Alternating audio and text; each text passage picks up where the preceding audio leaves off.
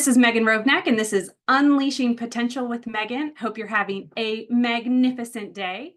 We're going to be continuing on with Be Obsessed or Be Average by Grant Cardone. And as we've been listening to this book, we've been talking about knowing and committing to your purpose and your goals, building and developing your mindset and your community, and of course, taking massive action. And one thing you want to make sure you're doing every single day is feeding your beast. Whatever that purpose is, whatever that thing that drives you is, you want to make sure that you feed it. And a great way to feed it is to grow, because the more you learn, the more you earn. So we're going to go ahead and hop right in and feed our beast. Control, leadership, obsession, all of these are words that have different connotations and different meanings for different people. What does it mean to you? I can tell you that in the course of my life, I have a tendency to be very driven because I see everywhere I look, I see an opportunity to make something better. I see an opportunity to help. I see an opportunity to improve. I love efficiency. Every job I've ever been in, I've created SOPs so that the next person that had the job, it would be easier for them because they wouldn't have to reinvent wheels. Every job I've ever been in, I have found ways to make things work faster, work better, communication is improved. Everywhere I go in my life, I see opportunities to make something better. When I was a young girl, the first time somebody said to me, "Well, you're a natural leader," it was because I was at a camp and I was like 12 years old, maybe 13 years old. And I was at a camp and there was a group of kids my age, and they took us over to, the camp counselors took us over to this big log that was on, it was like a big seesaw. There was a huge log, like the kind where that age kid, like you sit on it and your legs are not wrapping around the log. And they said, okay, because they were just, honestly, I think they were just trying to keep us busy because they were tired. So they said, all right, you all, your task is to get this log to balance. And I stood there because I knew the easiest way for us to do it, but I just stood there and waited because I didn't want to be bossy, right? Get labeled as bossy, especially that's a word that we use often with young women, and we don't use it with young men. We don't call little boys bossy, we call little girls bossy, and I didn't want to be bossy. So I stood there for a few minutes and I watched the chaos and I waited.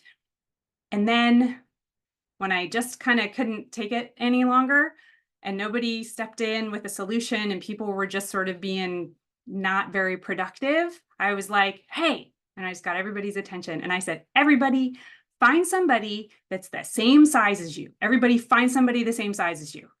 And they just listened. They just started doing what I said. And then once they did that, I said, okay, everybody that is the tallest people, the biggest people on the inside, the smallest people on the outside. So it was easier to balance it. And then everybody get on in twos and then shift your weight until it's balanced. And then I just went and sat in the middle because that's, this can on the fulcrum. So it balanced. And I just saw the answer. It was something that was clear to me and it was an opportunity. Now I had a choice. And first I made the choice by doing nothing, which is a choice. Not making a decision is making a decision. And I waited and I hoped somebody else would step in so that I wouldn't have to feel uncomfortable being bossy. And afterwards, actually a few of the counselors came over to me and said, my goodness, that was really impressive. I don't remember all the exact words they used. I just remember that feeling that I had of like, oh, I was uncomfortable with their attention. And I shouldn't have been, right? Because they were telling me I'd done something well. And they were telling me that, well, you're a natural born leader. You have these natural. So I can tell you right now, the things that you say to kids at any age make a huge difference. And that really impacted me. It wasn't a thought that I had all the time. I wasn't constantly like, oh, other people think I'm a leader.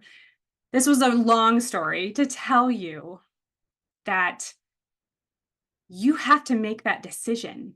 If you know the answer, if you see the solution, take control, be a leader, and don't think about those words. Don't think about being in control. Don't think about being obsessed as negative.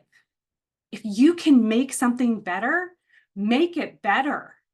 I am one of those people that literally will pick trash up off of the ground. I can't tell you how many cigarette butts that I've picked up in the course of my life. I can't tell you how many cups, how many just on the street. And I didn't think about it as needing to be in control. I thought about it as if everybody would take responsibility for the world around them, the world would be a better place. So however you want to define that, if you want to call that control, if you want to call that obsession, if you want to call that leading, define it for yourself. But be the person that makes the change. Be the person that sees the solution and implements it. Be the person that sees the solution and communicates it. Be the person that does something. The world is a better place if we all do something to make it better. There's so many things out there that people talk about, right? You're passing it forward, buying a drink for the person behind you in line, like whatever those things are all great. Kindness is wonderful. But responsibility, taking responsibility, and if you want to call that leadership, fantastic. If you want to call that control, fantastic. I'm not sure I care that much about how you think of it, what term you put on it. But if it makes the world a better place, do it. Become comfortable with the word control. Become comfortable with the word obsession and go for it. So, how comfortable are you? That's your action today. How comfortable are you? I think about how uncomfortable I've been with labels that other people have given me over the course of my life. Because of my nature, I did stuff anyway. Even when I was uncomfortable, I did it because to me, it was just the right thing to do. If you feel that way about something, let it's the right thing to do overpower your discomfort and do it.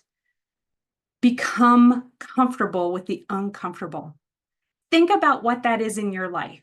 Think about where it is that you should be taking more control. Think about where it is you should be leading. And leading does not always mean 100 people. Sometimes you're just leading yourself.